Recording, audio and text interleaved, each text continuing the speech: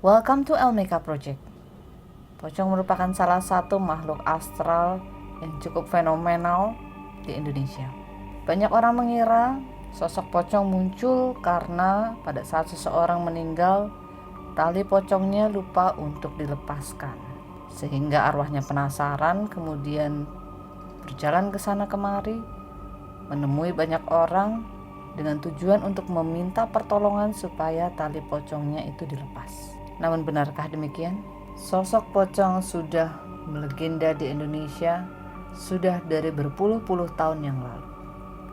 Pada awal mula, sosok pocong merupakan sebuah hasil karya atau ulah dari para dukun-dukun Nusantara. Mereka sengaja menghadirkan sosok pocong untuk memberikan teror dan juga untuk memberikan sebuah peringatan. Kepada siapa? Kepada orang-orang yang menindas keluarganya, menindas kerabatnya, menindas orang-orang yang tidak seharusnya ditindas. Kita semua tahu, pada masa-masa penjajahan dulu, banyak rakyat kecil yang tertindas. Memang tidak semua, tapi rata-rata pada pedagang pada zaman itu, mereka tidak bisa dengan leluasa menjual barang dagangannya seperti yang sekarang bisa dilakukan. Orang-orang yang mempunyai kekuasaan, jabatan, dan juga punya kemampuan untuk bersosialisasi, mereka sedikit lebih beruntung. Mereka bisa hidup berdampingan dan berkawan dengan para penjajah. Sedangkan mereka, para pedagang kecil, para petani kecil, mereka lebih sering mendapat perlakuan tidak mengenakan dan tentunya perlakuan-perlakuan yang tidak membawa keuntungan. Mungkin ada yang nanya, kenapa nggak ngelawan? Bukan nggak mau, tapi memang nggak bisa untuk melawan secara perorangan. Nggak bisa untuk melawan secara belak-belakan, secara terus terang, secara terbuka, itu nggak bisa. Kalah. Karena memang posisinya kecil, posisinya di bawah. Tapi bukan berarti mereka diam saja pada saat ada orang-orang yang memang sengaja mentargetkan keluarganya, mencari masalah dengan sanak saudaranya. Para sesepuh kita pada zaman dahulu banyak loh yang melakukan tapa brata. Banyak loh mereka yang punya keilmuan, banyak loh yang sakti. Tapi mereka tidak berlomba untuk menjadi dukun sakti. Mereka punya kemampuan itu karena memang mereka suka berselaras dengan alam, karena mereka gunakan kemampuan yang mereka punya itu untuk melindungi keluarganya. Dan bahkan sampai sekarang pun, sampai zaman modern sekarang ini, masih ada banyak keluarga yang secara turun-menurun memberikan keilmuan dari leluhurnya. Entah itu kanuragan, entah itu sebuah mantra, kebatinan, ataupun yang lainnya. Balik lagi soal pocong. Saya yakin teman-teman yang nonton videonya Elmika Project sudah paham bahwa yang namanya jin, setan, mereka bisa merubah wujud menjadi apapun, menjadi siapapun, termasuk menjadi sesosok pocong. Pada zaman dahulu, para sesepuh yang mempunyai kesaktian, mereka mempunyai banyak pasukan jin, mempunyai banyak kodam. Dan pada saat ada orang-orang yang melakukan penindasan kepada keluarganya, mereka bisa dengan mudah mengirimkan pasukannya itu untuk memberikan peringatan supaya tidak lagi mengganggu keluarganya.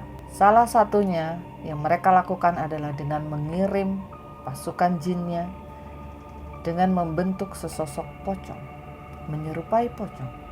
Itulah kenapa sosok pocong hanya ada di Indonesia, karena memang produk dalam negeri.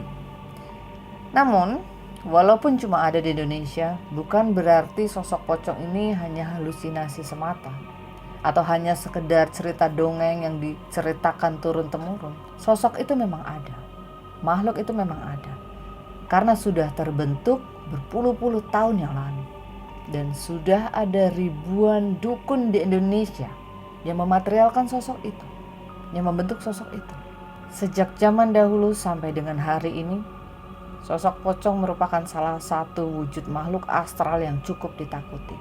Banyak orang bercerita tentang pengalamannya bertemu dengan pocong.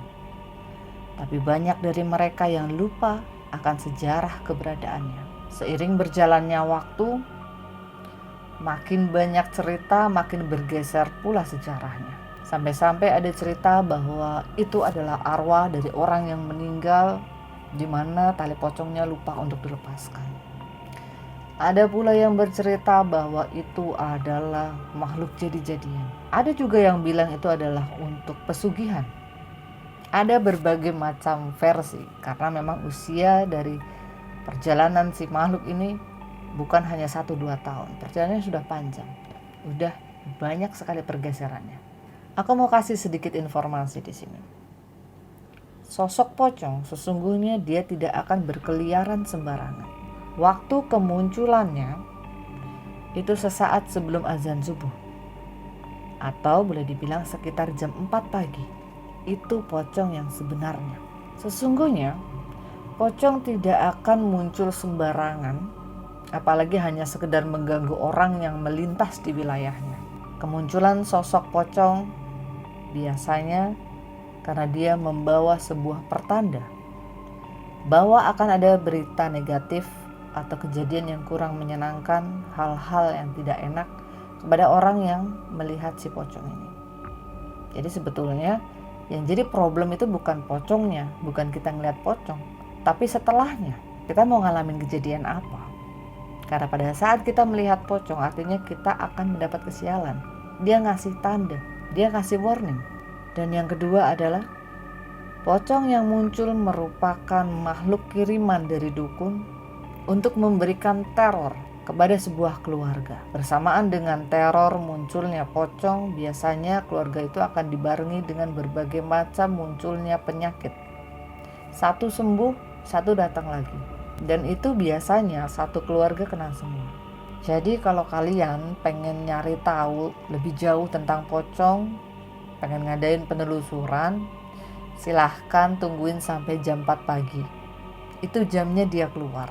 Dia gak akan keluar jam 12, jam 1, jam 2, apalagi sore-sore enggak.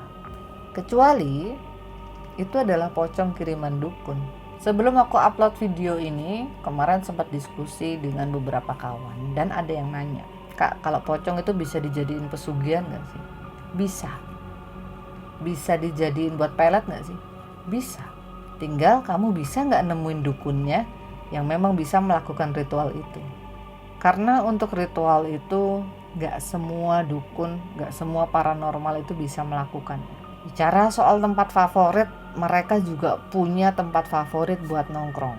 Mereka suka nongkrong di jembatan. Dan yang kedua, mereka suka nongkrong di pohon pisang. Tapi gak sembarangan pohon pisang terus ada pocongnya. Biasanya itu yang ditempatin sama mereka pohon pisang yang memang bergerombol dan itu jumlahnya ganjil. Itu satu. Yang kedua, pohon pisang yang sudah ada jantungnya, jadi yang ada buah merahnya itu.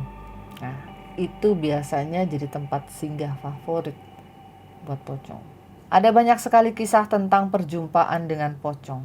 Ada yang asli, ada yang halusinasi, ada juga yang hanya sekedar cerita dusta yang kemudian diberikan bumbu dan diceritakan ke sana kemari. Hanya untuk sekedar mencari perhatian, mencari sensasi, hanya untuk menebar teror di antara teman-teman. Banyak. Kalau untuk kalian sendiri bagaimana? Apakah punya pengalaman tersendiri bertemu dengan sosok yang satu ini? Kalau memang kalian punya pengalaman, boleh ditulis di kolom komentar. Ya kalau nggak keberatan, boleh kok. Jadi gimana? Kalian tertarik buat hunting pocong? Oke? Sekian dulu video Elmika Project kali ini dan kita akan ketemu lagi di video-video yang selanjutnya. Elmika Project, this is what we do.